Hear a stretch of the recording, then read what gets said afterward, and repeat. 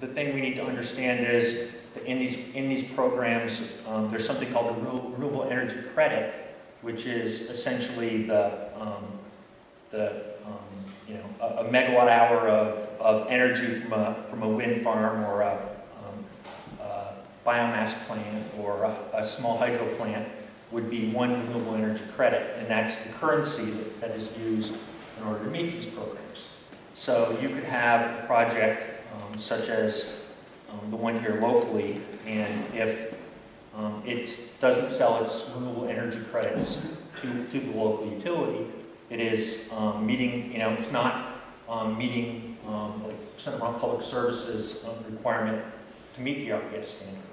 So the renewable energy credits are kind of the important currency in terms of how we comply with these federal requirements. And it's really a separation of the environmental attributes for the power compared to the actual production of the energy. So that's important to understand. What we have up here in front of us now is just kind of a little chart of done by ISO New England that demonstrates where the key in the green are the key wind zones.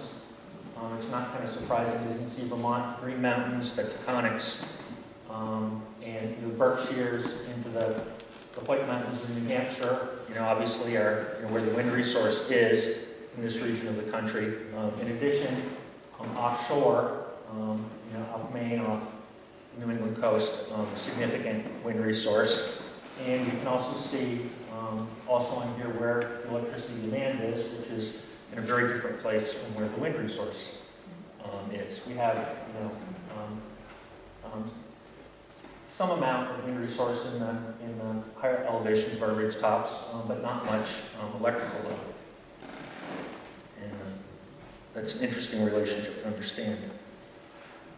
What I'd like to just walk through, we can go to the next slide, is three different scenarios for how Vermont can meet its RPS standards. And in this, we're going to look at something like here at the start, looking at the different sources that we can use to meet RPS. One would be, of course, local wind, like the project here, the project Sheffield, and others proposed in the state. Another option is to import wind from other areas. We have, as we've heard, a lot of wind development happening in Canada. We have a big provincial utility, Hydro-Quebec, that has a huge, in addition to hydro resource, wind resource, and they're very interested in continuing those sales south. We have our neighbors to the west in New York has a very different wind resource than in Vermont, because they have a lot of, in western New York, as well as up in what's called the North Country, Clinton County, a very good resource that's not on the ridge tops. It's more at the farmlands. It's on the other side. The wind resource hasn't been impacted by the Adirondacks. They have a much better resource at a lower elevation. Other sources that could participate in RPS are biomass. We have the McNeil wood chip plant and the Rygate plant in Vermont. The Regional Greenhouse Gas Initiative treats them as being carbon neutral because of the life cycle. The argument is the life cycle of the biomass resource.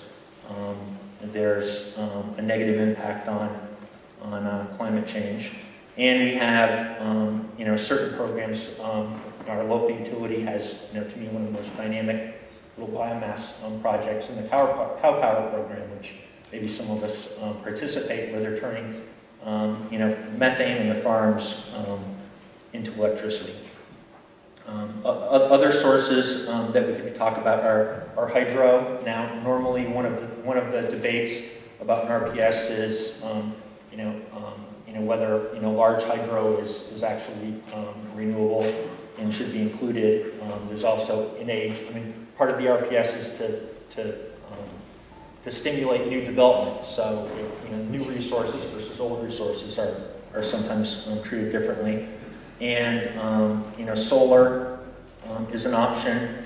There are actually multi-megawatt solar projects in development. I'm involved in one in downstate New York where we're actually doing a 50-megawatt solar project, which is, it's a huge project for solar, also hugely expensive. And conservation, as I noted before, is actually in the federal programs can meet a quarter of the RPS requirement. So what I have tried to lay out are just 3 different ways to look at meeting an RPS in a little bit different manner. The first one, as we have here, would be building a bunch of wind farms like the local project. And I wanted to lay this out just to show, in terms of meeting the RPS, how much of this would we have to build in Vermont. This was the only thing that we do. And using some information from projects in New York, in terms of what our success might be here in Vermont, we'd have to build 610 megawatts of these projects to meet a federal RPS of 20% in 2020. So we'd have 7, 8 of Vermont community wind farm projects across Vermont. As mentioned, go to the next slide. So that's at the one extreme. And the one thing I want to make clear actually to what RPS program is, because if Vermont doesn't have a higher standard than what the federal requirement is, and over complying the standard, while some would tell us that's better for the environment, but all that does in terms of Vermont is it means that we have more of the projects that are actually allowing other people in other regions not to comply. And I think that's an important thing to understand, because as long as Vermont's, we don't currently have an RPS, so the federal standard will be, our limit.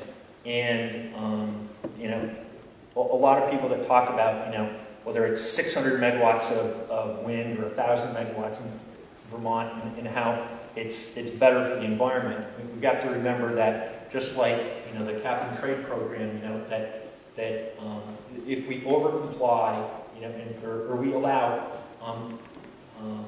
and are pressured into having more projects than what we need to meet our own requirement, that's just meaning that we're doing maybe less renewable energy, or people are investing less in conservation in other regions. So being more green doesn't necessarily mean that it's better for the regional environment, the global environment. It just means that we're burdening, we're shouldering more of the burden from others.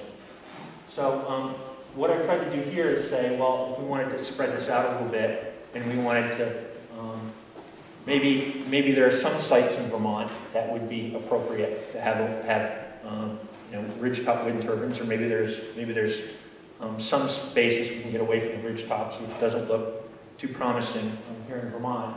We could reduce the local wind to something like a couple of the local projects, or maybe what might be more community scale, a number of smaller projects. There are other projects across the state, 40, 50 megawatts, that seem to be cost effective, and we could do a few of those and a quarter of their requirement. Also, once again, in terms of bringing wind in from other areas, we have our Hydro-Quebec contracts ending and winding down, and having talked to people at Hydro-Quebec and also some of the ones in Nova Scotia and other places, some of the Canadian developers, and obviously we meet our friends in Canada. We're not just we don't want to shift the problem there, but to the extent that we can do that, given the different terrain in some of these other areas, meet this requirement, we can very easily use our connection to Hydro-Quebec. And the nice thing is, because of the intermittent nature of the wind, along with the hydropower that they have, we could actually have a very reliable and clean resource that would actually help us meet our RPS